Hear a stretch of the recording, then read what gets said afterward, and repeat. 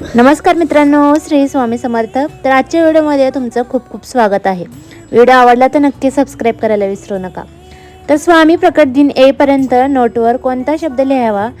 तर श्री स्वामी समर्थ मित्रांनो, स्वामी समर्थांचा प्रकट दिन जवळ येत आहे. हा दिवस प्रत्येक स्वामी भक्तांसाठी खूप पवित्र आणि शक्तिशाली मानला जातो. या दिवशी केलेली सेवा, जप आणि श्रद्धेने केलेले छोटेसे उपाय सुद्धा स्वामींच्या कृपेने जीवनात मोठा बदल घडवू शकतात. आज मी तुम्हाला एक अतिशय सोपा पण प्रभावी उपाय सांगणार आहे. हा उपाय तुम्ही स्वामी प्रकट दिन येईपर्यंत रोज करायचा आहे. हा उपाय म्हणजे एका नोटेवर एक पवित्र शब्द लिहायचा आहे. आता प्रश्न येतो, त्या नोटेवर कोणता शब्द लिहायचा? तर मित्रांनो, त्या नोटवर तुम्ही शब्द लिहायचा आहे श्री स्वामी समर्थ. होय, फक्त हे 3 शब्द लिहायचे आहे, श्री स्वामी समर्थ. हे शब्द खूप शक्तिशाली आहेत, कारण या नावात स्वामींची कृपा, आशीर्वाद आणि ऊर्जा सामावलेली आहे. उपाय कसा करायचा?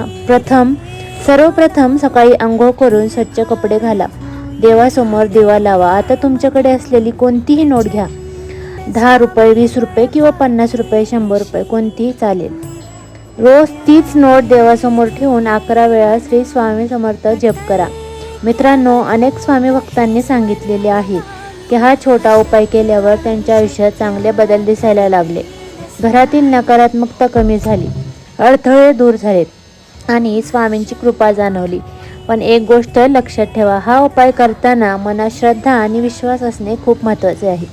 फक्त उपाय म्हणून नाही, तर स्वामींवर पूर्ण विश्वास ठेवून हा उपाय करा. प्रकट दिनाच्या दिवशी काय करावं?